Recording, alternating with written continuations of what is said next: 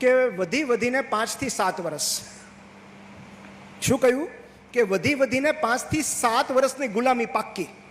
અને ખાલી ગુલામી નહીં, અત્યાચાર, ટોર્ચર, મારપીટ, મારે બધું સહન કરવું પડશે. પણ મને એવું લાગે છે કે 5 થી 7 વર્ષ પછી તો કદાચ હું મુક્ત થઈને મારા દેશ પાછો જઈશ. અને હકીકતમાં એવું બન્યું. એને ખૂબ ટોર્ચર કરવામાં આવ્યા, અમાનુષી અત્યાચાર કરવામાં આવ્યો, અને 7 વર્ષ પછી એમને મુક્ત કરવામાં આવ્યા. પણ મજાની વાત ક્યાં છે કે આ બધું પ્રકાશમાં ક્યારે આવ્યું કે એક પુસ્તક છે ગુડ ટુ ગ્રેટ, એના લેખક એમનો ઇન્ટરવ્યૂ લેવા ગયા, જીમ કોલિન્સ એમનું નામ. એ જીમ કોલિન્સ આમનો સ્ટોકડેલનો ઇન્ટરવ્યૂ લેવા ગયા, અને ત્યારે એમણે કહ્યું કે તમે કઈ રીતે જીવતા નીકળ્યા ત્યાંથી, અથવા એણે એવું પૂછ્યું કે કયા લોકો સરેન્ડર કરી ગયા, સકમ કરી ગયા, કે કોણ જીવતા ત્યાં એમણે જીવ ગુમાવ્યો એ કેમ્પમાં, કોણ બહાર ન નીકળી શક્યું. અને સ્ટોકડેલનો આન્સર બહુ સુંદર હતો. એણે કીધું કે આશાવાદી. કેમ આશાવાદી? કારણ કે એ લોકો દર મહિને એવું વિચારતા કે આ ક્રિસમસ આવે ને ત્યારે આપણને છોડી દેશે, ફલાણું ઈસ્ટર આવે ને ત્યારે આપણને છોડી દેશે, ફલાણો મહિનો આવે ને ત્યારે છોડી દેશે.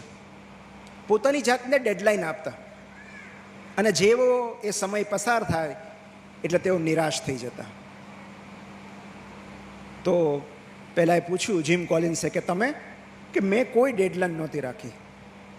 3 વર્ષ, 5 વર્ષ, 7 વર્ષ, મારે જેટલો સમય રહેવું પડે એટલો સમય હું રહીશ. પણ મને એટલી ખાતરી હતી કે અંત મારી તરફેણમાં હશે, હું જીવતો અહીંથી પાછો ફરીશ.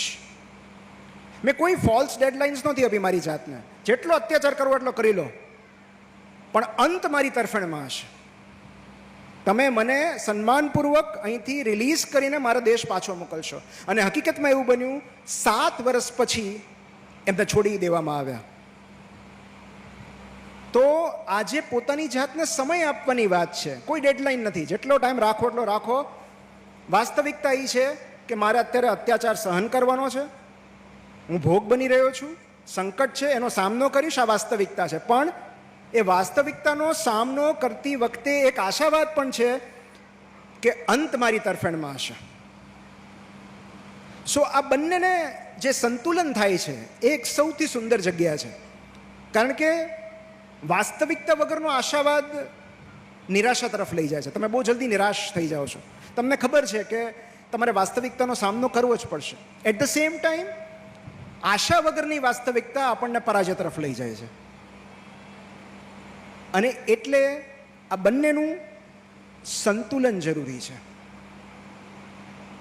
ઓવરઓલ હું તમને આજના સમયમાં કહું ને તો આપણી ઉદાસી, આપણે તો કોઈ POW નથી, આપણે કોઈ યુદ્ધ કેદી નથી, આપણે તો બધા સ્વતંત્ર છીએ, આઝાદ છીએ.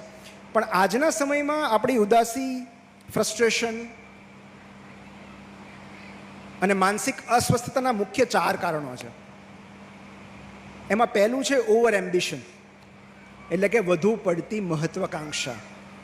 મહત્વાકાંક્ષા નહીં, વધુ પડતી મહત્વાકાંક્ષા. આપણે અવાસ્તવિક અપેક્ષાઓ ક્યારેક રાખીએ છીએ. અને એનું ઉદાહરણ હું તમને એક આપું. હું તમને બહુ હળવી વાતથી ઉદાહરણથી સમજાવું છું, એટલે તમને ખ્યાલ પડે કે ઓવર એમ્બિશન કોને કહેવાય. એક 60sમાં પહોંચેલું યુગલ હતું. જે મહિલા હતા, જે દાદી હતા, એમની ઉંમર 62 વર્ષની હતી, અને જે દાદા હતા એમની ઉંમર 63 વર્ષની હતી. અને બંને પોતાની 40મી મેરેજ એનિવર્સરી ઉજવી રહ્યા હતા એક હોટલમાં. એમણે કેન્ડલ સળગાવી, કેન્ડલ લાઇટ ડિનર કરી રહ્યા હતા, અને ત્યાં એક પરી આવી, એન્જલ. અને પરી પ્રસન્ન થઈ. એણે આ યુગલને કીધું કે તમારો પ્રેમ જોઈને હું પ્રસન્ન થઈ છું, હું તમને બંનેને એક વિશ આપું છું, એક વરદાન આપું છું, તમે માગો, જે માગો એ સિદ્ધ થશે. અને પહેલાં દાદીને પૂછ્યું તો દાદીએ બહુ શરમાતા કહ્યું કે મારે આમની સાથે વર્લ્ડ ટૂર પર જવું છે. મારા જે પતિ છે, જેની સાથે મેં 40 વર્ષ કાઢ્યા, એમની સાથે મારે વર્લ્ડ ટૂર પર જવું છે. અને પરીએ કહ્યું તથાસ્તુ. વર્લ્ડ ટૂરની 2 ટિકિટ આવી ગઈ. પછી પેલા વડીલ દાદાને પૂછ્યું કે તમારી શું ઈચ્છા છે. એટલે થોડા એણે ખચકાટ સાથે કહ્યું કે મારે તો મારાથી 30 વર્ષ યુવાન સ્ત્રી સાથે વર્લ્ડ ટૂર પર જવું છે. પરીએ કહ્યું તથાસ્તુ, અને દાદાની ઉંમર 93 વર્ષની થઈ ગઈ. આ ઓવર એમ્બિશન છે એવું સમજાવું છું. એટલે આટલી બધી, અને એ પરી હતી, તમે સમજો તો ખરા, જીન હોત તો હજી કદાચ વાત સમજ્યો હોત.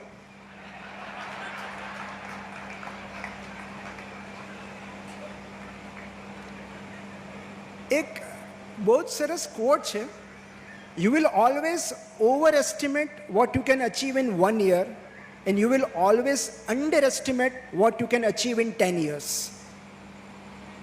એટલે આપણે શું કરીએ છીએ કે આપણી ધારણા પ્રમાણેનું કશુંક, આપણી અપેક્ષા પ્રમાણેનું કશુંક આપણે ધારેલા સમયમાં નથી મળતું તો આપણે નિરાશ થઈ જઈએ છીએ કે લે 6 મહિના થઈ ગયા, હજી કાંઈ જવાબ તો ન આવ્યો. પણ આપણે એવું માન્યું હોય કે આવતા માર્ચ સુધીમાં આટલું કરવું છે, તો આપણે જે ધાર્યું હોય, જે આપણે એસ્ટિમેટ હોય, એની કરતાં હંમેશા ઓછું થાય, અને 10 વર્ષમાં આપણી કલ્પના કરતાં અનેક ગણું વધારે થાય. અને એટલે જાતને થોડો વધારે સમય આપવાની જરૂર છે. બીજું છે ઇન્સ્ટન્ટ ગ્રેટિફિકેશન. આપણે હવે તો યુગ જ ઇન્સ્ટન્ટ ગ્રેટિફિકેશનનો છે, તાત્કાલિક જોઈએ છે. કારણ કે હવે તો શોપિંગ એ ઓનલાઈન થઈ ગયું. એમેઝોન પ્રાઇમ તમને એક દિવસ વહેલું પહોંચાડે, ઝોમેટો, સ્વિગી. હવે તો લોકો એવું ક્લેમ કરે છે, એવો દાવો કરે છે કે 10 મિનિટમાં તમારા ઘરે વસ્તુ પહોંચી જાય. બિગ બાસ્કેટ ને 10 જ મિનિટમાં.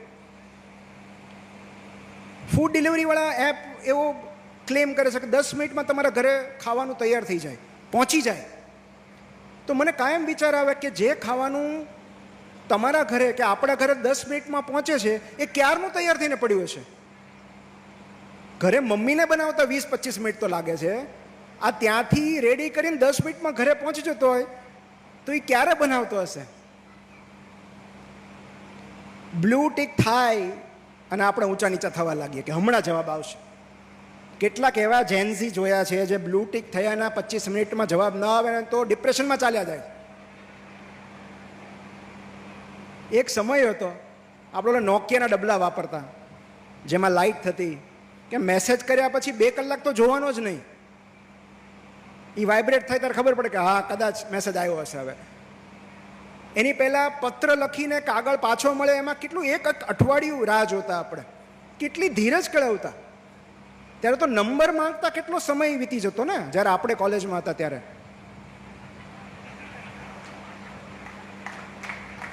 આ બધા રિલેટ કરી શકે છે, આજની જનરેશન નહીં કરી શકે કે એ કેટલો સંઘર્ષભર્યા દિવસો હતા.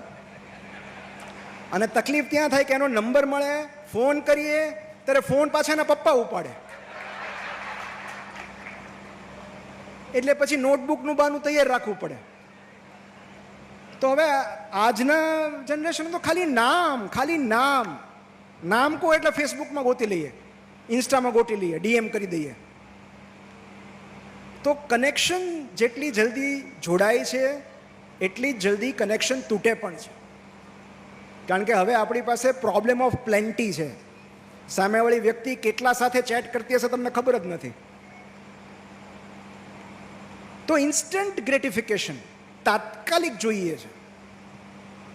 2 દિવસમાં તો મોડું થાય તો આપણે રિપોર્ટ કરી દઈએ એમેઝોનને કે હજી કેમ નથી પહોંચ્યું. આવું અનપ્રોફેશનલિઝમ હોય. તો આ ઉતાવળ કે ફોટો મૂક્યો અને યાર 10 મિનિટમાં જે 200 જ લાઈક થઈ છે, યાર આ નથી પોસ્ટ બરાબર ગઈ નહીં, બીજી મૂકો. પછી આપણે અલગ અલગ એંગલથી પાડીએ, પછી એમ થાય કે હવે નવો ડ્રેસ લેવો પડશે. પછી બધું આળ આવે પતિ ઉપર કે તમે હરખો પાડતા નથી. તો આ ઇન્સ્ટન્ટ ગ્રેટિફિકેશન છે કે મારે તાત્કાલિક પરિણામ જોઈએ છે, તાત્કાલિક પ્રશંસા જોઈએ છે, તાત્કાલિક રિઝલ્ટ જોઈએ છે.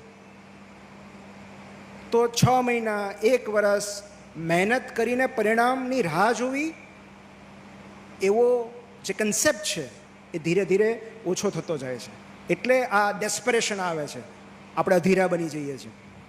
એક બહુ જ સુંદર વાર્તા છે, મને બહુ જ ગમે છે કે એકવાર એક રાજ ઉદ્યાનમાં વસંત પંચમીનો ઉત્સવ હતો અને ગામના લોકોને બોલાવવામાં આવેલા અને રાજાને વિચાર આવ્યો કે આજે વસંત પંચમી છે, આટલો સરસ તહેવાર છે અને કોયલ બોલવી જોઈએ.